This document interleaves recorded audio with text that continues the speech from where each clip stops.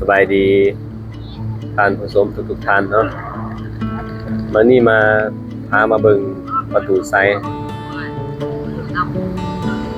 พาเบิ่งประตูไซแล้วก็มีนักท่องเที่ยวค่อยคำยามแรงเนาะอากาศกำลังดีตอนตะเวนพอนี่ตกดินมันร้อนโพดตอนนี้อากาศพอดีค่อยคำแรงพอดีเย็น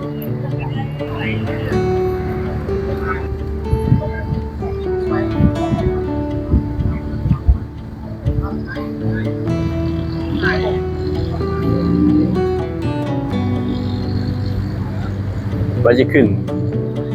มันเบิดโมงขึ้นแล้ววะถ้ายังบ่เบิดโมงขึ้นนะสิขึ้นถึงไปถ่ายผ่านผสมเบิ่งเกี่ยวกับสถานที่ประตูไซเนาะหรือว่าอนุสาวรีย์ตั้งอยู่ใจกลางของนครหลวงเวียงจันทน์สปป.ลาว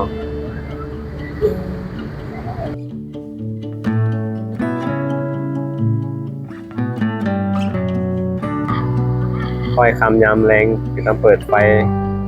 เหมาะสำหรับการย่างเล่นออกกำลังกายพาลูกหลานมาย่างเล่นออกกำลังกายเนาะแล้วก็เบิ่งภาพบรรยากาศอ้อมๆงาม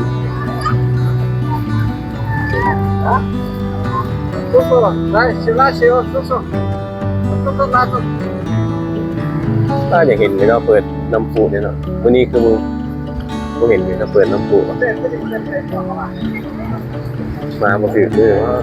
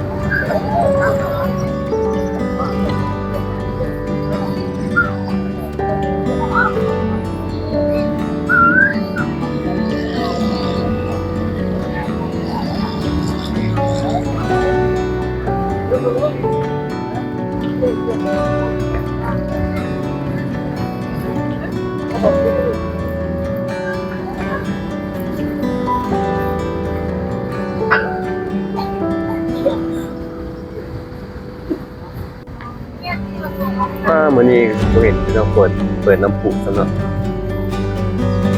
เปิดน้ำพุนี่ที่งามเลย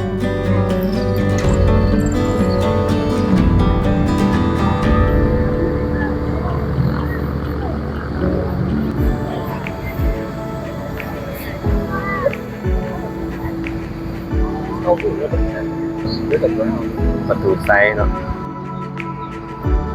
อากาศกำลังดีเย็นๆเหมาะสำหรับการมาพักผ่อนสำหรับ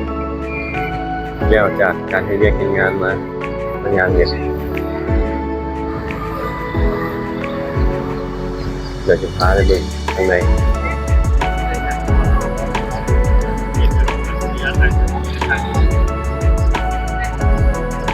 เราเปิดไฟเริ่มคอยคำยามแรงแล้วเราจะเปิดไฟใส่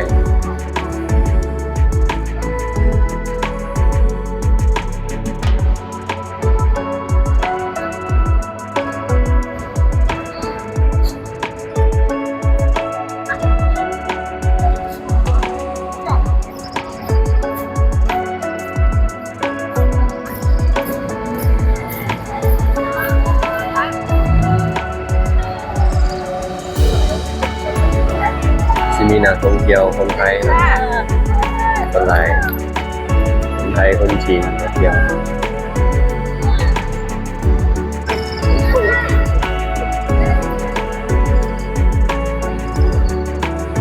ซูมใกล้ๆเลย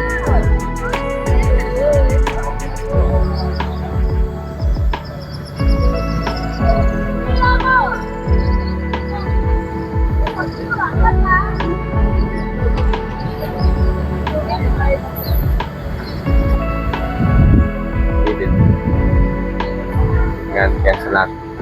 เพดาน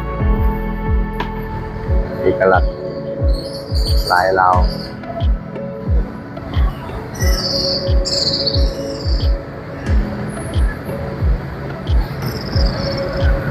นี่คือแม่นอีกด้านหนึ่งของประตูไซด์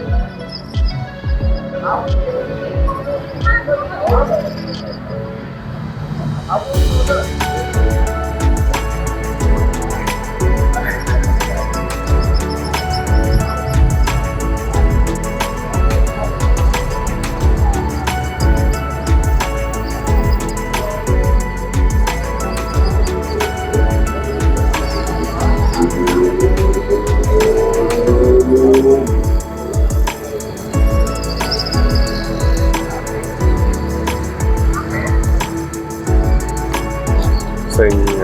พระเจ้ากำลังบูรณะตัวกำลังปลูก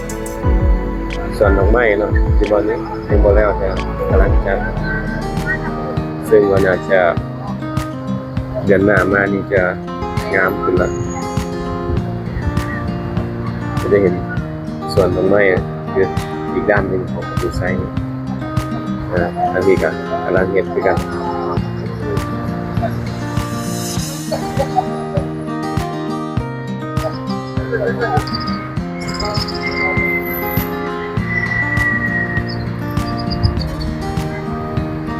อากาศตอนแรง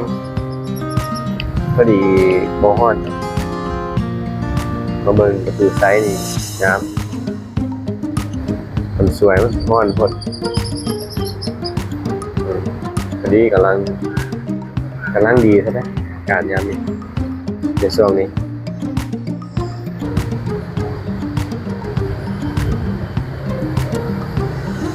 ได้เห็นนกแอ่นบินมามันอาจจะเฮ็ดทางอยู่เชิง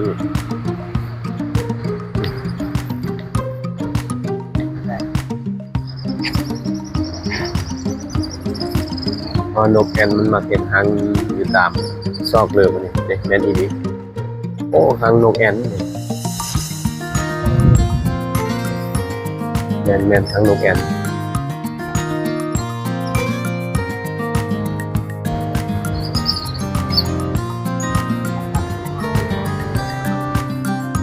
เขาจะเห็นหางนกแอ่นพี่น้องนี่ดิหางนกแอ่นเพราะว่านกเชื่อหลายนกบินมา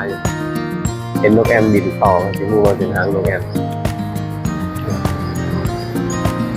นี่ก็แม่น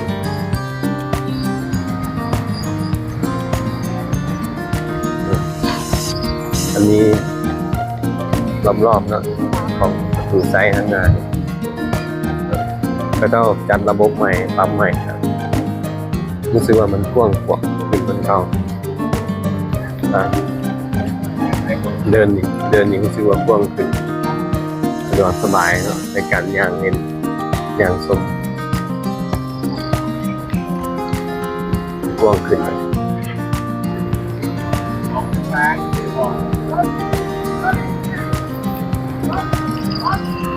เอสโอรักน้อยเลยตามรัก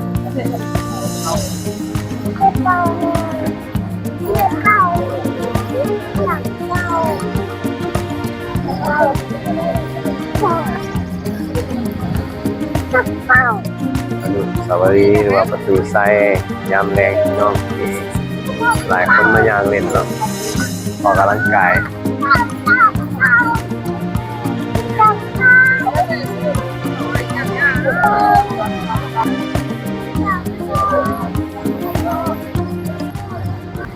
นี่ก็เป็นส่วนหนึ่งเนาะที่มาพาท่านผู้ชมมาเบิ่งประตูไซด์ในมื้อนี้เนาะก็เสียดายบ่ได้มาบ่ทันให้เราปิดก่อนว่าสิพาพี่น้องพาท่านผู้ชมไปเบิ่งข้างในเนาะขึ้นไปทางถึง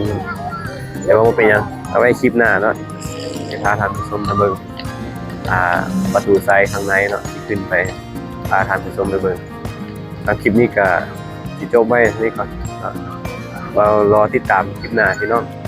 จะพาพี่น้องขึ้นไปเบิ่งประตูไซด์เป็นตัวไหนเนาะรอติดตามคลิปต่อไปโอเคคลิปนี้จะขอตัวลาไปก่อนขอให้ท่านผู้ชมทุกท่านมีสุขภาพแข็งแรง เนาะไปละบ๊ายบาย